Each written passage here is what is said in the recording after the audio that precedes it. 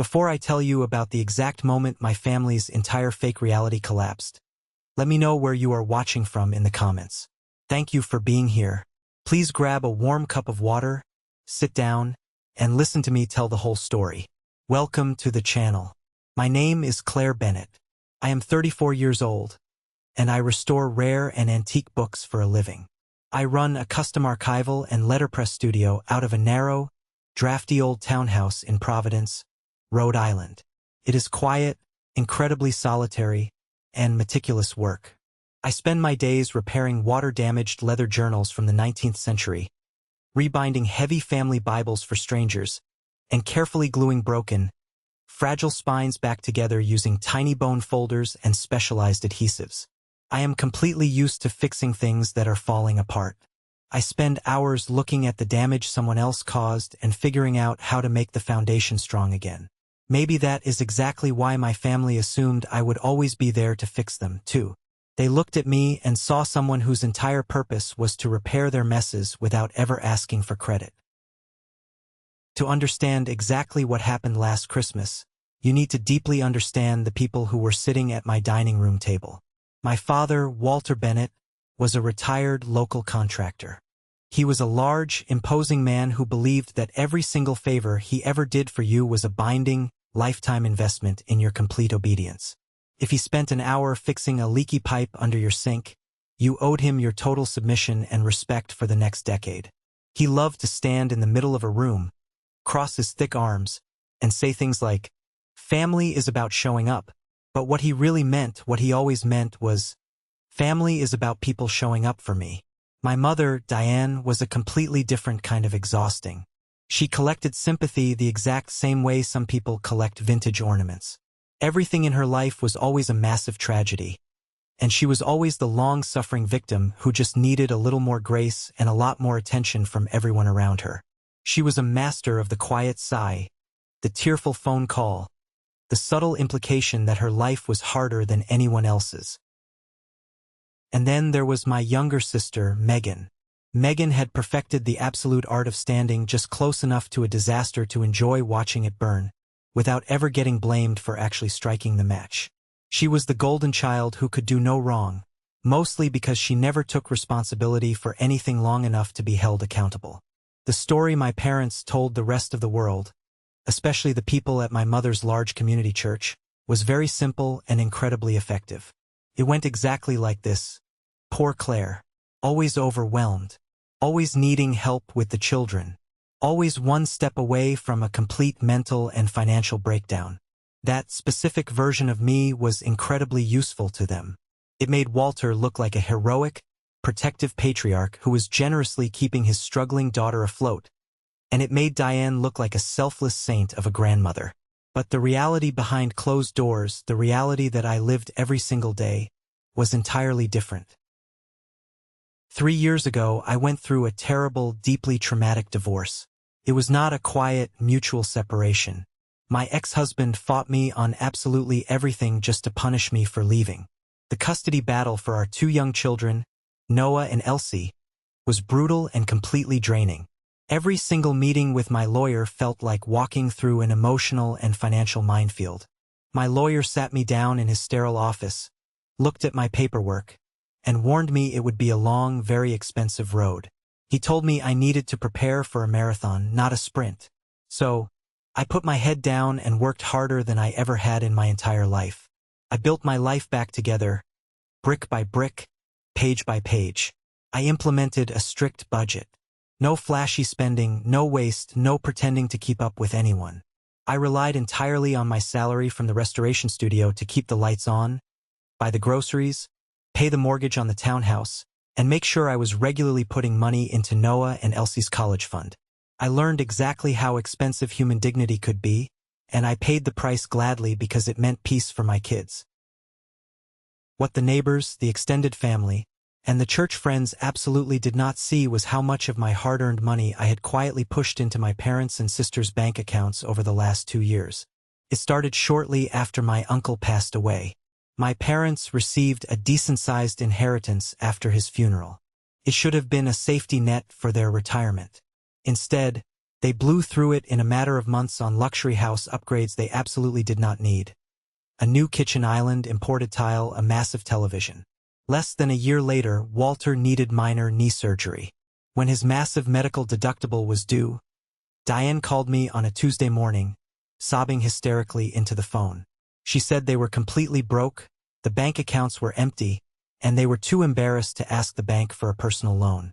She begged me for help. I swallowed my frustration, pulled money out of my emergency savings, and paid the hospital bill directly. Then came Megan. When Megan's husband, Ben, got passed over for a major promotion at his corporate job, their inflated lifestyle suddenly caught up with them. They had leased cars they couldn't afford and bought clothes to impress people they didn't even like. Their mortgage payment bounced. Megan called me in an absolute panic, crying that they were going to lose the house and the neighborhood would know. I floated them $1,800. They swore they would pay it back when things stabilized. They never did. In fact, they asked for another $900 the very next month. When Diane's property tax bill came up short one spring, I covered it. When my nephew needed a deposit for his braces because their dental insurance had a massive gap, guess who wired the money? Me. Every single time. It was always framed as a temporary, desperate crisis. And then, a month later, they would treat me like it had never happened. They would go back to making sly comments about my modest house or my generic brand groceries. By the time last Christmas rolled around, I had a hidden spreadsheet on my laptop labeled Family Transfers. I didn't create it out of malice. I created it out of pure self-defense. I got so incredibly tired of being gaslit about what I had and had not done for them. I logged the exact dates, the specific amounts, the pathetic excuses they gave me, and the empty promises of repayment. That brings us directly to Christmas Eve. Diane had strongly insisted we all celebrate at my place. She called me a week prior and claimed my studio home felt so much more festive and intimate for the holidays. Translated, that simply meant she did not want to cook a massive holiday meal or spend hours cleaning her own house. She showed up an hour late, bursting through the front door carrying a cheap plastic tray of store-bought cookies, expecting everyone to praise her contribution like it was a grand, generous offering. Megan arrived shortly after with Ben and her son. She brought a loud, chaotic energy that filled the small rooms but made the house feel completely cold. She walked into my front sitting room, took off her expensive coat, glanced at the handmade paper garlands Noah and Elsie had proudly taped along the bookcases, and smirked. "This is cute," she said, her tone dripping with condescension. "Crowded, but cute." I ignored her completely. My children were so excited. Noah was 8, and Elsie was 6. They were wearing matching red holiday sweaters, and they were still young enough to genuinely believe that family gatherings were supposed to feel safe, warm, and happy. Walter came in last. He stomped the snow off his heavy boots, took one heavy look at the noise, the discarded wrapping paper on the rug, the kids moving quickly between the adults, and his jaw set hard. I knew that specific look. I had known it since I was a little girl sitting in the backseat of his car. His expression always darkened rapidly when the joy in a room did not center entirely around him. At one point before dinner, little Elsie tugged on his sleeve. She was holding up a tiny, glittering star she had carefully glued onto a handmade place card specifically for him. She was beaming with absolute pride. He barely even glanced down at her. "Maybe later," he grunted, aggressively brushing his arm away from her small hands. She walked back to me, her bright smile faltering, and a sharp, hot wave of anger rolled over my nerves. I pulled her close and told her it was beautiful. At dinner, I was physically and emotionally exhausting myself trying to hold the room together. I passed the heavy bowls of mashed potatoes, poured hot apple cider into the glasses, checked on the roast in the oven, and forced a massive, fake smile for the sake of the kids. The tension was thick enough to cut with a knife. Then, Noah accidentally bumped his water glass with his elbow. It clattered loudly against his ceramic dinner plate. It did not break. Nothing spilled. It was just a sudden, sharp noise in a quiet room. Walter sighed theatrically, rolling his eyes dramatically at the ceiling. Diane gave me an exhausted, deeply disappointed look from across the table, acting as if I was personally responsible for the basic laws of physics and my son's lack of absolute perfection. Then Walter slowly stood up. He picked up his metal fork and tapped it sharply against his glass. The entire room went dead quiet. Megan actually hushed her son and looked up, her eyes wide with eager anticipation. She knew something was coming. Walter cleared his throat, puffed out his chest to make himself look as large as possible, and looked directly down the length of the table at me. "I have a Christmas announcement," he projected, using his loud contractor voice. "Since Claire seems to think this family is some kind of free service, your mother and I are done babysitting. We are done doing home repairs. We are done bailing her out every single time she cannot manage her own house or her own life." My stomach dropped straight into my shoes. Not because his cruel words hurt me, but because I saw exactly what he was actively doing. He had intentionally waited until both my son and daughter were sitting quietly at the table, watching and listening. He wanted them to hear that their mother was a pathetic, helpless burden. He wanted an audience for his grand display of power. I looked around the table. Diane looked down at her plate, perfectly silent, offering no defense. Megan pressed her lips together tightly, actively fighting a massive smirk. Ben stared awkwardly at his napkin, refusing to make eye contact with anyone. Noah went completely still, his eyes darting between me and his grandfather. I slowly set my fork down. I looked Walter dead in the eye and said one word: "Seriously?" Walter nodded, crossing his thick arms over his chest.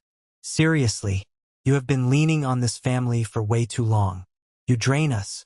Maybe now you will finally learn how the real world works."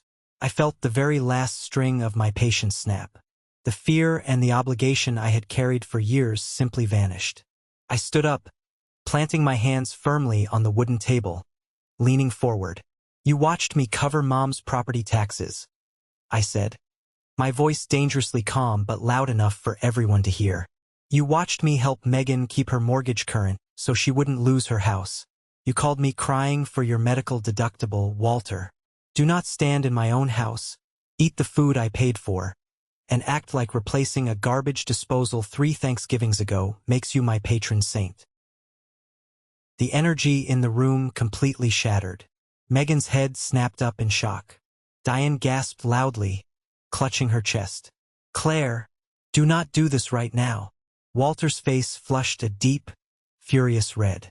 The veins in his neck bulged. "Now you are keeping score?" he snapped, his voice booming and shaking the glasses on the table. "That tells me absolutely everything I need to know about your character." Before he could say another aggressive word, Elsie's small, shaking voice cut through the heavy, toxic air. "Mommy? Did Grandpa mean he does not want to come over anymore?" I looked down at my daughter's frightened, confused face. That was the absolute breaking point. The hesitation burned completely off. I was not going to let my children learn the terrible lesson I had been forced to learn. Swallowing public humiliation just to keep toxic family members close. I walked directly over to the front door, pulled my kids' heavy winter coats off the hooks, and looked back at the people sitting at my table. "Clearly, we are done here. We are leaving. If humiliating me in front of my own children was your grand idea of setting a boundary, do not worry. I will handle the rest." Walter barked something aggressive behind me about disrespect and knowing my place. Megan yelled that I was overreacting and ruining the holiday for everyone. But I did not turn around. I opened the door and walked out into the freezing night. I buckled the kids into the back seat of my car, my hands shaking so violently against the steering wheel I could barely put the key in the ignition. We drove away through the dark, quiet streets, leaving my family sitting in my house. Noah whispered from the back seat, his voice trembling. "Are we in trouble, Mom?" I looked at him in the rearview mirror, took a deep breath, and softened my voice. "No, buddy, not us. We are just done pretending." Getting the kids to bed that night took much longer than it usually did. They were deeply unsettled, sensing the heavy, aggressive shift in the atmosphere, even if they didn't fully understand the cruel, calculated words that had been weaponized at the dinner table. When we got home, the house felt entirely different. It felt like a crime scene of a holiday.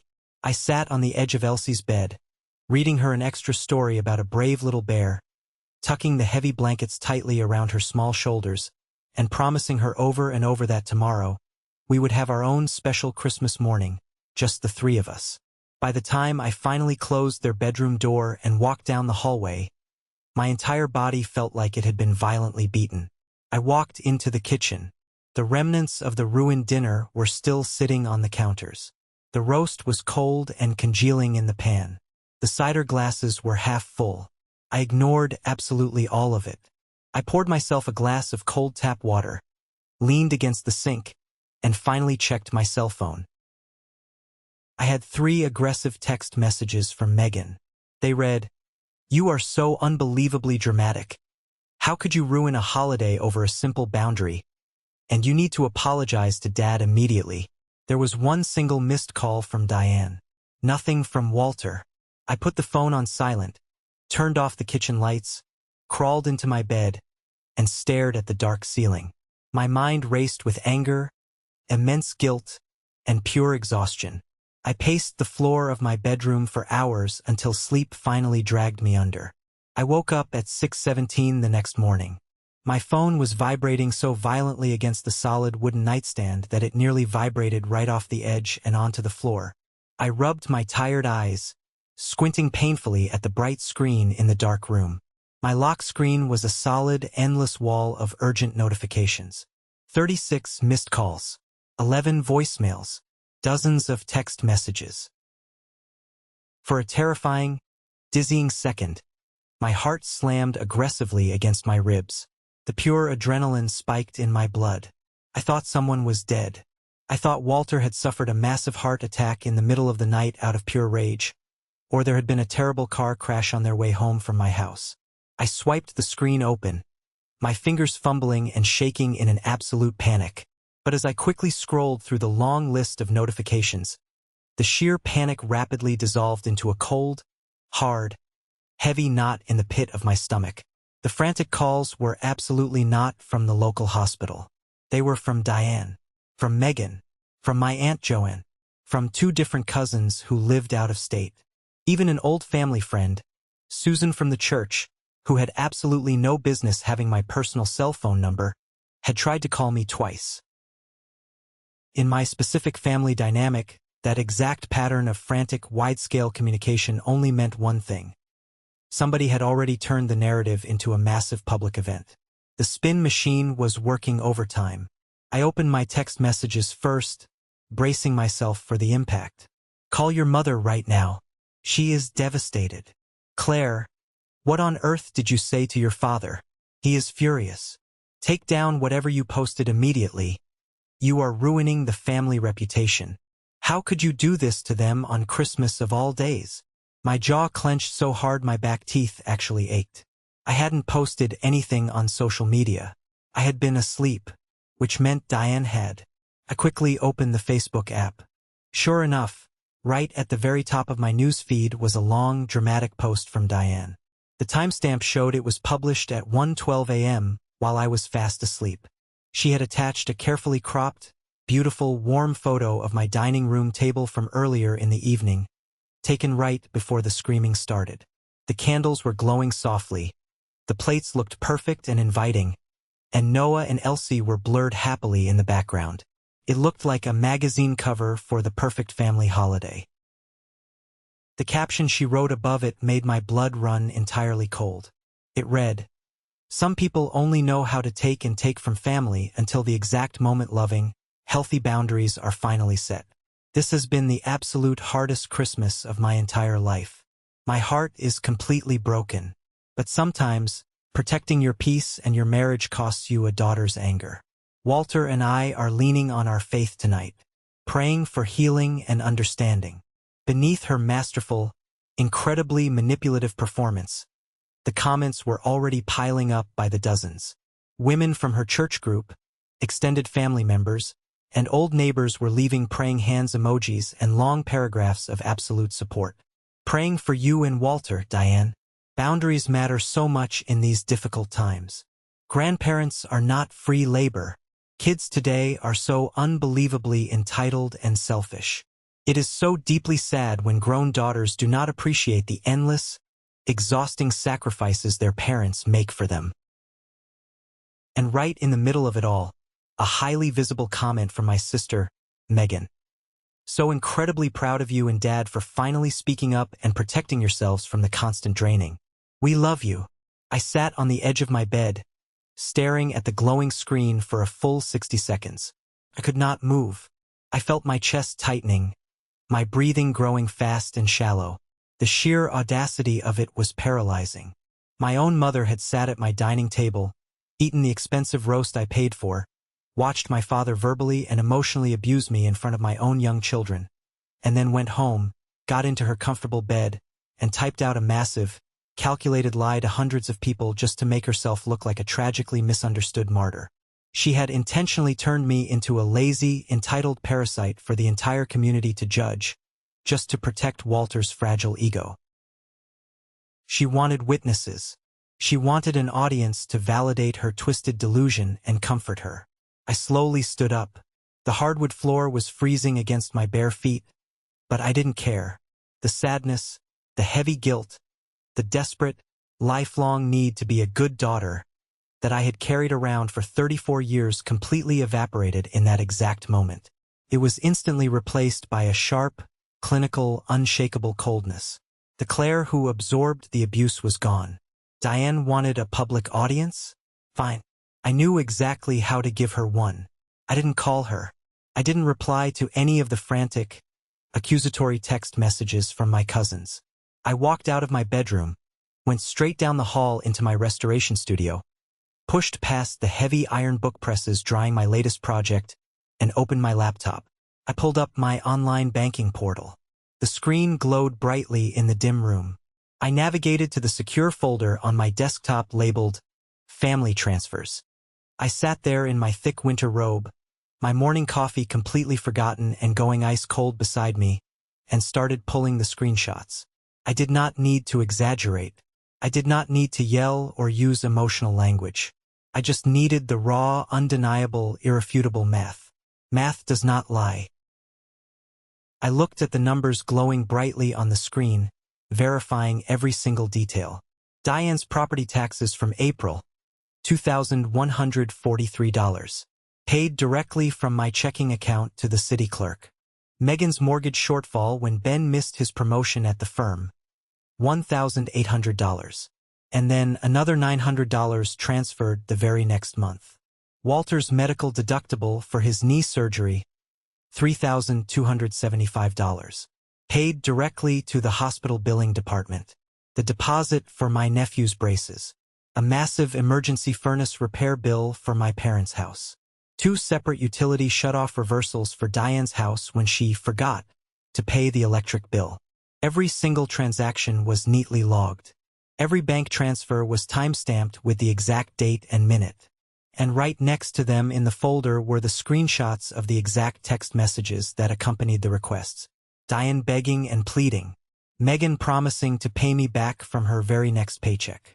Walter aggressively demanding I keep the money a secret from his golfing buddies so he wouldn't look weak.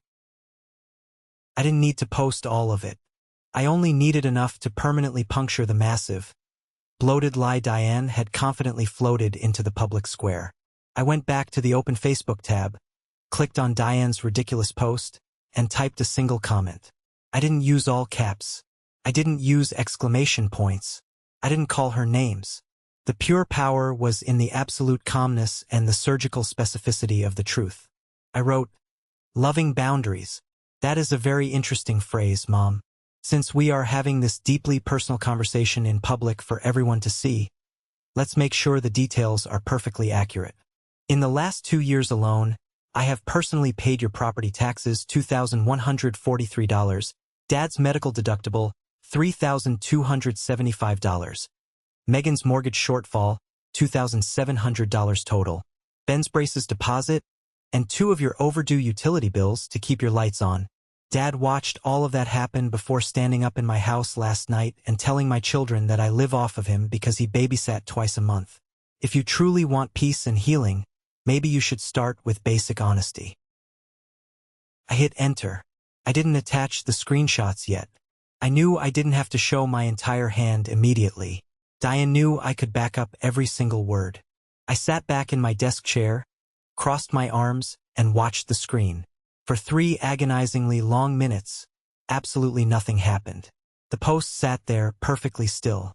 Then, the comment count suddenly jumped from 42 to 45. My cell phone rang loudly on the desk. The caller ID flashed Diane's name. I stared at it and hit decline. 2 seconds later, Megan called. I hit decline.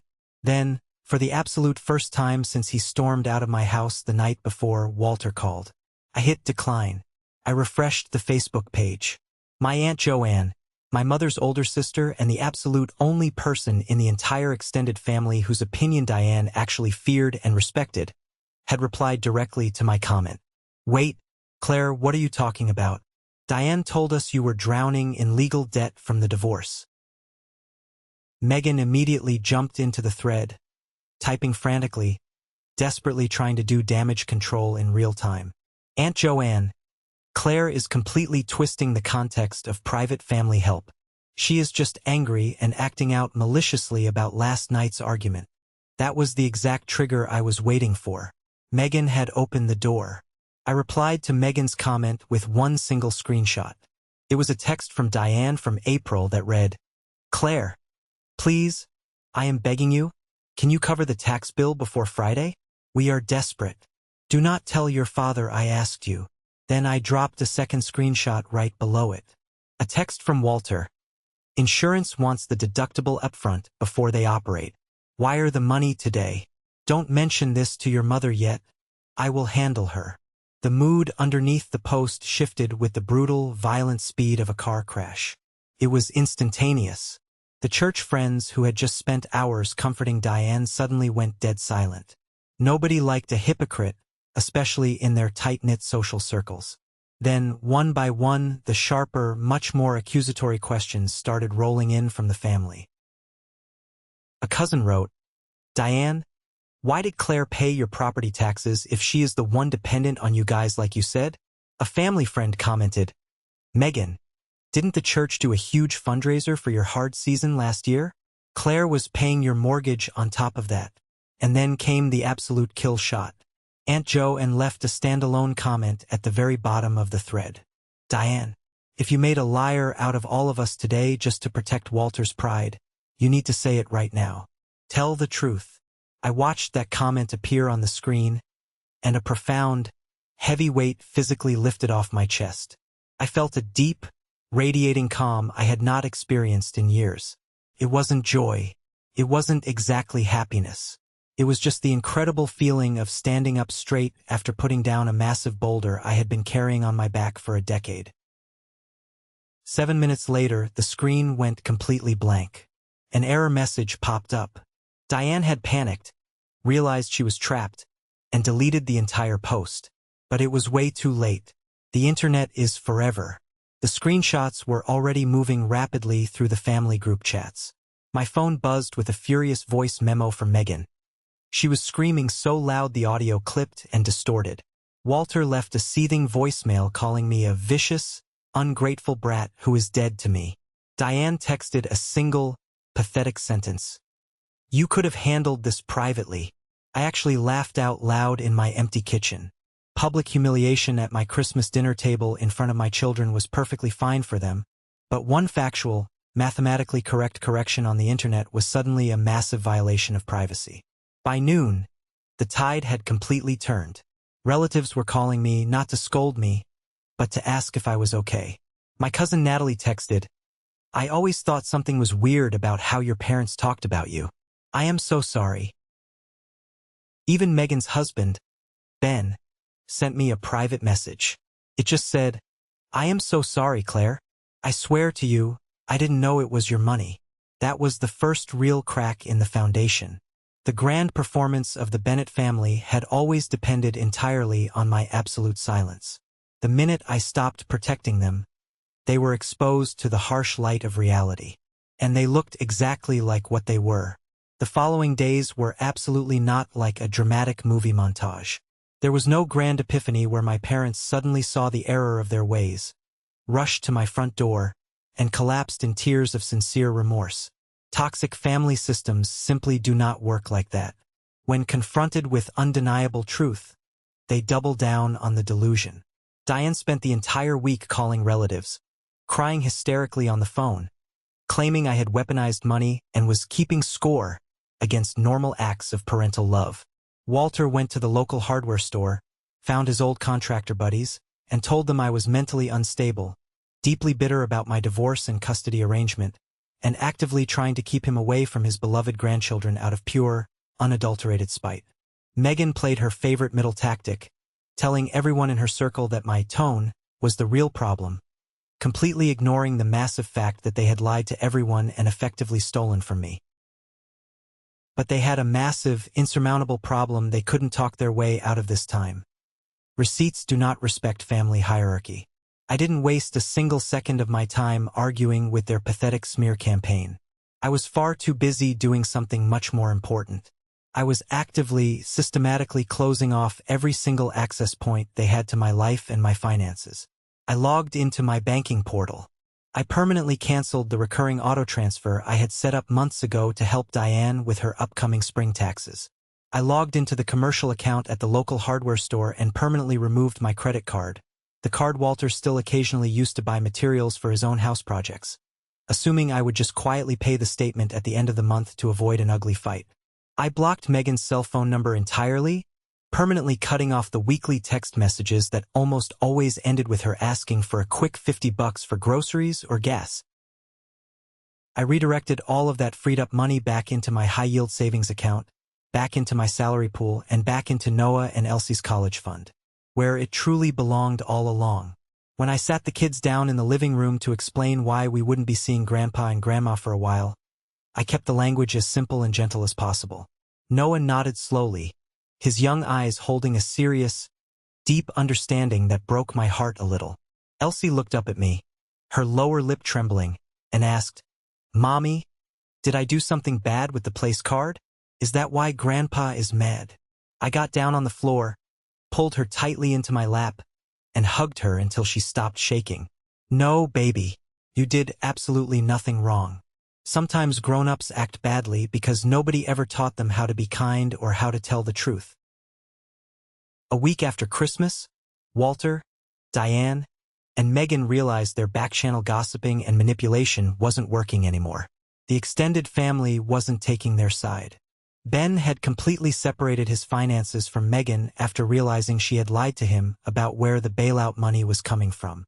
Walter was catching dirty, knowing looks at his local diner from men he used to command respect from. They were rapidly losing their grip on their carefully crafted reality.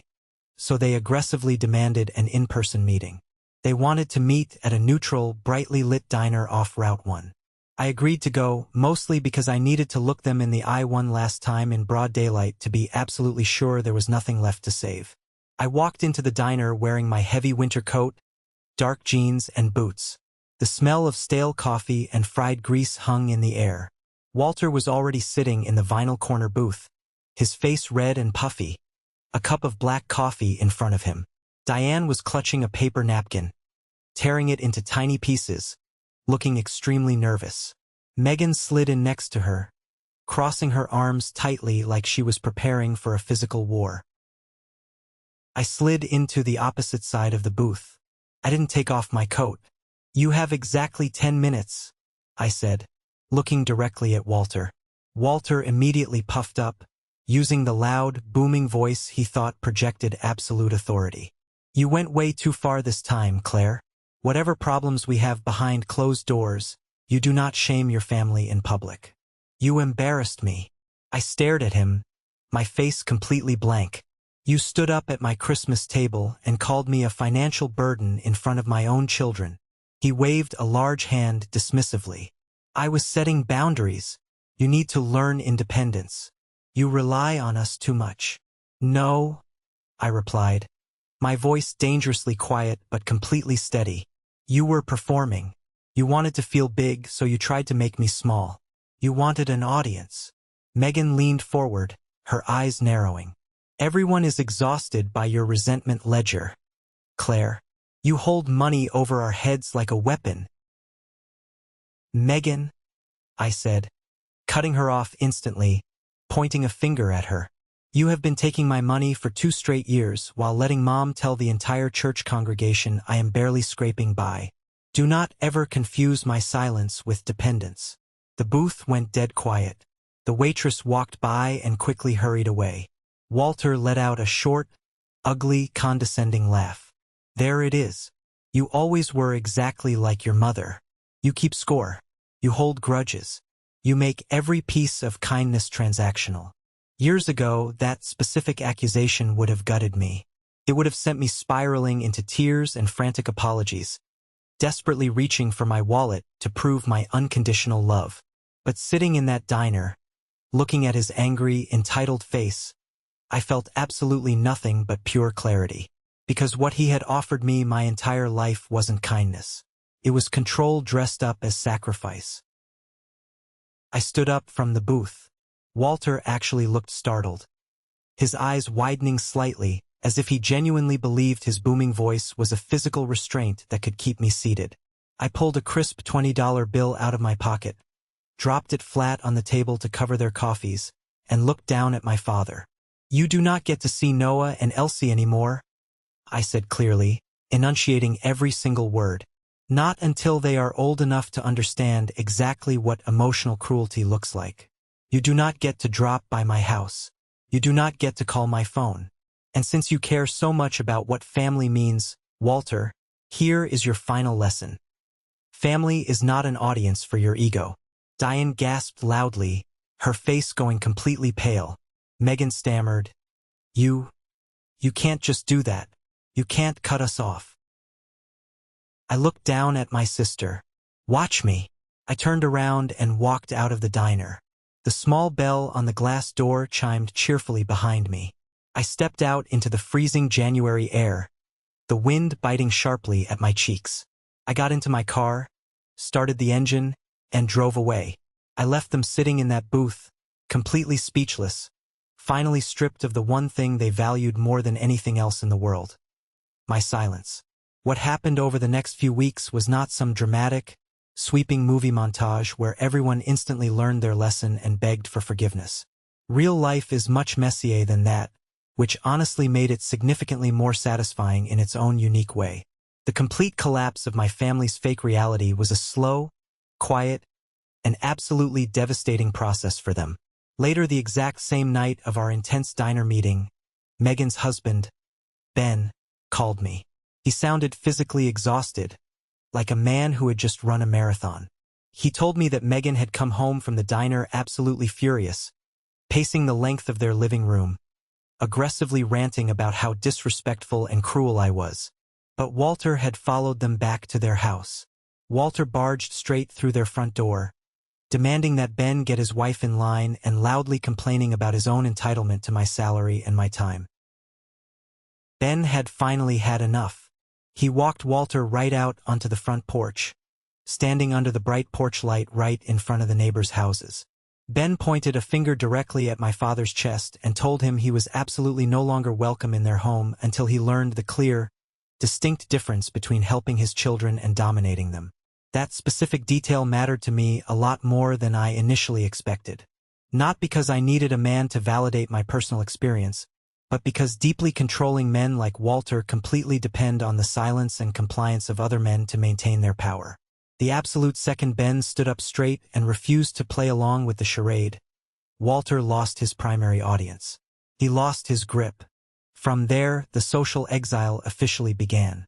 It was small on paper, but for people who are entirely obsessed with their public image, it was a living nightmare.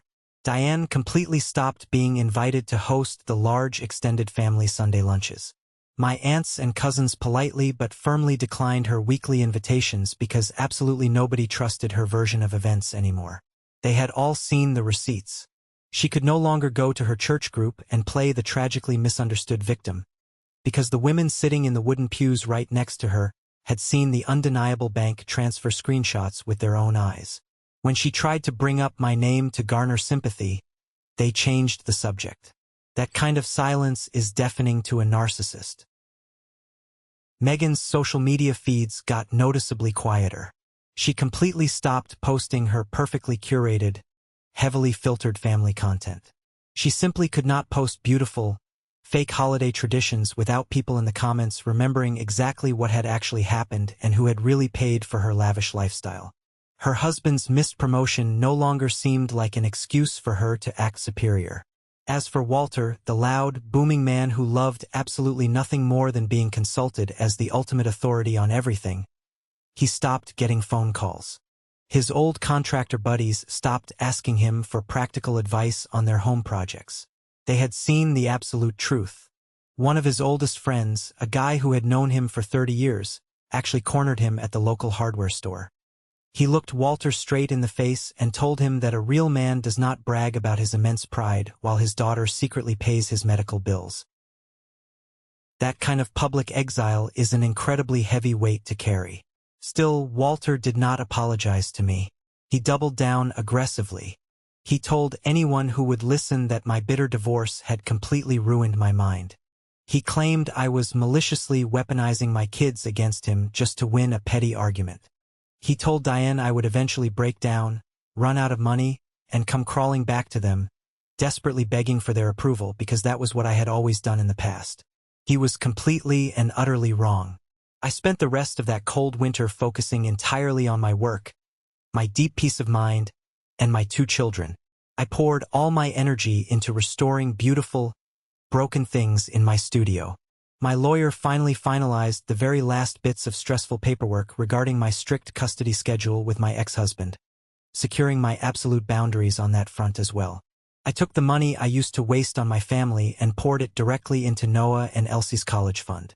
For the absolute first time in my entire adult life, my house was actually quiet.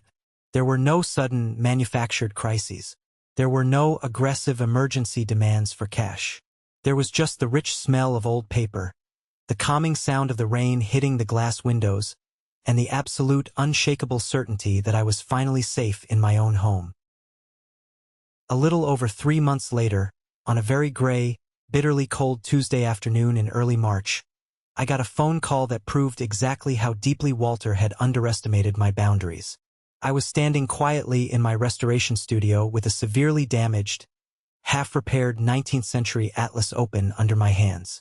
I was carefully applying specialized archive glue to a broken leather spine when my cell phone rang loudly on the wooden workbench. The screen lit up with an unknown local number. I wiped my sticky hands on my heavy canvas apron and picked it up.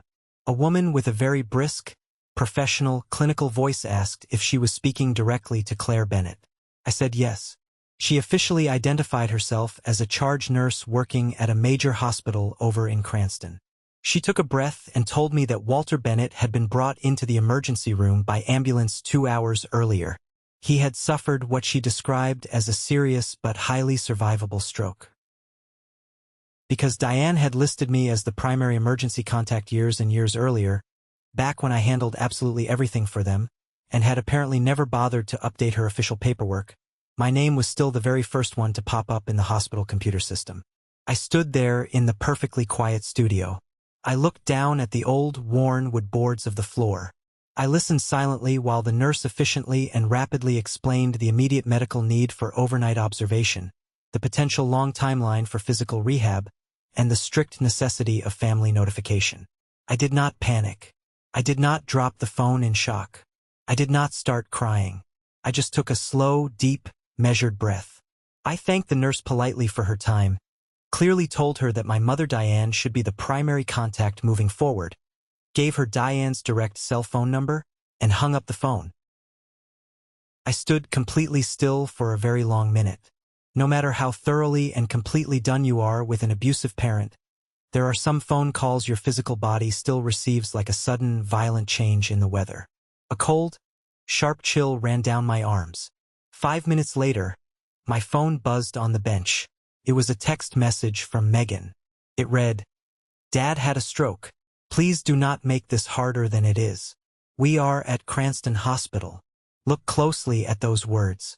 She did not say, "Please come, we need you." She did not say, "We are so sorry."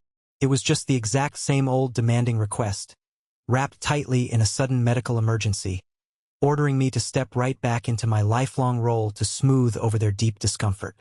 I did not reply to her text. Instead, I called my Aunt Joanne. I asked her for the absolute, unfiltered truth of the situation. She told me she had just spoken to Diane in the waiting room. Megan was pacing the hospital hallways nervously. Walter was awake and conscious. His speech was heavily slurred from the stroke, and he had actively asked for me twice. Then Joanne paused on the phone, her voice softening with sadness. "Asked is probably way too generous a word, Claire. He demanded you. He got incredibly angry when the nurse told him you weren't there yet. He is terrified, yes, but he is still Walter. He hasn't changed." I thanked Joanne sincerely and ended the call. I sat down heavily on the floor of my workroom. I looked closely at the grain in the wood while Noah and Elsie colored happily at their small craft table in the corner of the room. They were completely safe.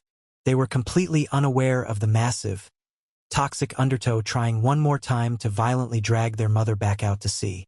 This is the exact part of the story where Hollywood movies usually force a clean, tidy, heartwarming moral lesson on the audience. The estranged, angry daughter hears her abusive father is suddenly weak and lying in a stark hospital bed. The daughter suddenly remembers he is only human and that life is incredibly short. The daughter rushes into the hospital waiting room, tears streaming down her face. The father sees the profound error of his ways. They hug tightly, and all the terrible years of severe financial and emotional abuse are instantly forgiven and erased by the glowing monitors of the ICU. I need you to listen to me and know that real life did not do that for me. What I felt sitting on that studio floor was absolutely not a petty desire for revenge.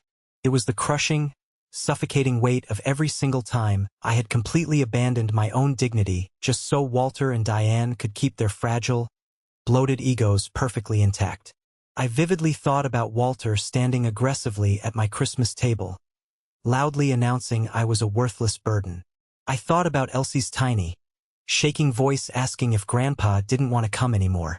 I thought about the sheer, unadulterated audacity of that diner meeting. People love to romanticize sickness. Society acts as if physical frailty automatically creates deep, sincere moral remorse. Let me tell you a hard truth. It doesn't. Sometimes, severe sickness only removes the physical energy for the grand performance, leaving the exact same entitled, toxic person aggressively demanding access to your life without offering a single ounce of accountability. 2 full days later, after carefully arranging and paying for a trusted babysitter to watch Noah and Elsie, I drove my car to the Cranston Hospital. I did not go because I had suddenly changed my mind. I did not go out of guilt. I went because I wanted to be absolutely 100% certain that my final decision was made in the clear, sharp light of day. I did not want to look back in 10 or 20 years and wonder if I had acted purely out of temporary anger. I needed to look the situation directly in the eye and see it for exactly what it was. Walter had been officially moved from the chaotic emergency room up to the quieter ICU step-down unit. The long, bright hallways smelled sharply of strong antiseptic and stale coffee. When I slowly turned the corner into the designated waiting area, Diane saw me immediately. She stood up from the vinyl chair so quickly I thought she might actually faint right there on the linoleum floor. She looked 10 years older, completely drained. Her eyes filled with heavy tears instantly. "Claire," she breathed, reaching her arms out as if the sound of my name alone should instantly erase the past 4 months of absolute hell she put me through. I kept my physical distance. I did not step toward her. I looked at her directly and asked one single, clear question. "Did he apologize?" Diane slowly lowered her hand. She looked completely stricken, her eyes darting nervously away from mine. That was all the answer I needed. "He wants to see the kids, Claire," she whispered desperately, completely ignoring my very direct question. "He is asking for Noah and Elsie." "No," I said firmly, my voice leaving absolutely zero room for negotiation. She started crying deeply then, using the heavy, theatrical, loud sobs she usually strictly reserved for manipulating her church friends. Life is so incredibly short, Claire. Families regret things when it is too late. Walter is scared. He is so scared. He didn't mean so much of what he said at Christmas. You have to be the bigger person here. You have to forgive. I listened quietly to her desperate excuses. I looked hard at the woman who had happily and maliciously tried to destroy my personal reputation on the internet just to protect a man who bullied her daily. I felt a profound, heavy wave of pity wash over me. She had spent her entire adult life meticulously building her marriage around making Walter's unpredictable emotional, whether everybody else's direct problem. And now, even a massive medical catastrophe couldn't buy back what his vicious, stubborn pride had permanently cost him. "Mom," I said, keeping my voice incredibly steady and calm. Fear of physical consequences is not the same thing as feeling genuine regret for causing harm. Diane covered her mouth with both hands, stifling a loud sob. I walked right past her, down the short, brightly lit hallway, and stopped directly outside Walter's private hospital room. A large, thick glass window looked directly into the clinical space. I stood still at the glass and looked closely at him. He was awake. He looked very gray-faced, noticeably smaller and deflated in the stark white hospital bed. One side of his mouth was slightly altered and drooping from the stroke. The heavy medical machinery surrounding him, beeping rhythmically, made the entire scene feel both deeply tragic and oddly, completely impersonal. His eyes slowly moved toward the door. They found me standing quietly behind the thick glass. Even then, even incredibly weak, attached to 4 tubes, wearing a hospital gown, and completely stripped of his booming, intimidating contractor voice, I saw it. I saw the immediate flash of deep, familiar anger before I saw any trace of shame or regret. He was absolutely furious that I was standing safely on the other side of the glass, completely out of his immediate control. He lifted one heavy, shaking hand slightly off the thin hospital blanket, aggressively beckoning me to come inside the room. It was absolutely not a request. It was a firm command. I did not move a single inch. I stood there, meeting his angry gaze right through the thick glass, long enough for him to see me perfectly clearly, long enough for him to fully understand that my physical distance was a deliberate, permanent choice, not a temporary accident. I was not a scared, obedient little girl anymore. I was a strong mother aggressively protecting her peace. And then, I calmly turned around. Diane said my name one more time from down the hall, sharp with complete disbelief. Megan stepped out of the waiting room, staring at me with her mouth open like I had just broken some sacred, unbreakable rule of the universe. Maybe I had. Maybe the unspoken, sacred rule in the Bennett family had always been that Claire absorbs the heavy hits. Claire explains away the abuse. Claire quietly opens her wallet to fix the mistakes. Claire always returns when summoned. Not anymore. I walked swiftly out of the hospital, pushed aggressively through the heavy sliding glass doors into the crisp, cold air, got into my car, and finally cried. I gripped the leather steering wheel and cried so hard my chest physically ached. I had to sit there and wait 10 full minutes before my vision cleared enough to safely drive. I was absolutely not crying because I thought I had made the wrong decision. I was crying because I finally realized that sometimes the absolute right decision is still filled with a massive, crushing amount of grief. I was mourning the loving, supportive father I truly deserved, the one I was absolutely never going to get. In the many months following that pivotal hospital visit, my life finally settled into a beautiful, permanent, and healthy new shape. Walter was eventually moved from the hospital into a physical rehab center, and then permanently into a much smaller assisted living arrangement. Diane simply could not physically or emotionally manage his demanding care alone, and because they had systematically alienated absolutely everyone in their lives, no one volunteered to step into their toxic orbit to provide free labor. Megan kept very cautious, distant contact with them, mostly because Ben had laid down the law and made it crystal clear there would be absolutely no more hidden financial debts, no more secret loans, and absolutely no more rewriting family history in his house. Aunt Joanne stayed very close to me. She came over for warm coffee on Sunday mornings and never once pushed me to reconcile with them. Noah and Elsie completely stopped asking about Grandpa Walter. Kids are incredibly resilient, and they adjust surprisingly quickly when the adults in their lives actively stop making emotional instability the daily climate of the house. As for me, I just kept working hard. I kept quietly rebuilding my savings account. I kept restoring beautiful, broken books in my quiet studio, which felt deeply and poetically fitting. I learned a lot from my specific trade. Some things can be beautifully repaired, but only if the binding is honest and the damage is properly named and meticulously cleaned. And some things are so deeply rotted and destroyed, they can only be carefully preserved behind glass as stark evidence of what they survived. Last Christmas, exactly 1 full year after the terrible dinner that cracked my entire world open, my house was full of genuine joy.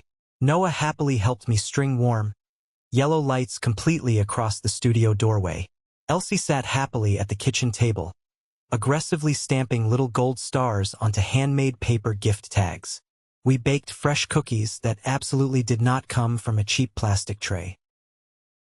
There was no thick tension in the air. There was no grand, aggressive, humiliating speech. There was absolutely no one tapping a metal fork against a water glass to make me feel incredibly small in my own home. There was just peace. Real, deep, hard-earned, beautiful peace. The exact kind of peace my mother tried to fake in that midnight Facebook post and never actually understood. If you are listening to this right now and wondering whether I harbor any deep, lingering regrets about turning my back and walking away from that hospital room window, the honest, unfiltered answer is no. I regret that I ever foolishly believed familial love required me to stand perfectly still while someone actively humiliated me. I deeply regret that my 2 beautiful children ever had to sit at a dining table and watch me try to absorb that kind of cruelty. But walking away from the glass? No. I confidently chose my sanity. I firmly chose my financial independence. Most importantly, I chose my children. I chose to be the exact version of myself they truly deserve to learn from. So, I will leave you with the ultimate heavy question Walter forced me to answer for myself, standing there in the cold, sterile hospital hallway. If the person who hurt you the most in this entire world was finally physically weak enough to truly need you, but still not emotionally honest enough to own the profound damage they caused, what would you do? Would you walk in, or would you walk away? Thank you for sticking around and listening to my story. I know it was a heavy one, but getting it out there feels like dropping a massive weight off my shoulders. I hope this resonated with you in some way. Have you ever found yourself in a similar situation? If you are hearing this right now, it means you made it to the very end of the video. You are part of what I call the 1% Club. I have a special favor to ask. Drop the letter W in the comments. Just a single W. It stands for winner. It is our secret signal so I can easily recognize the amazing people who stuck with me through the whole journey and chose to be winners in their own lives by setting healthy boundaries. If my story helped you feel a little less alone today, please hit that like button and follow the channel. It tells the algorithm to share this with other people who might really need to hear it right now. Stay strong, and I will see you in the next one.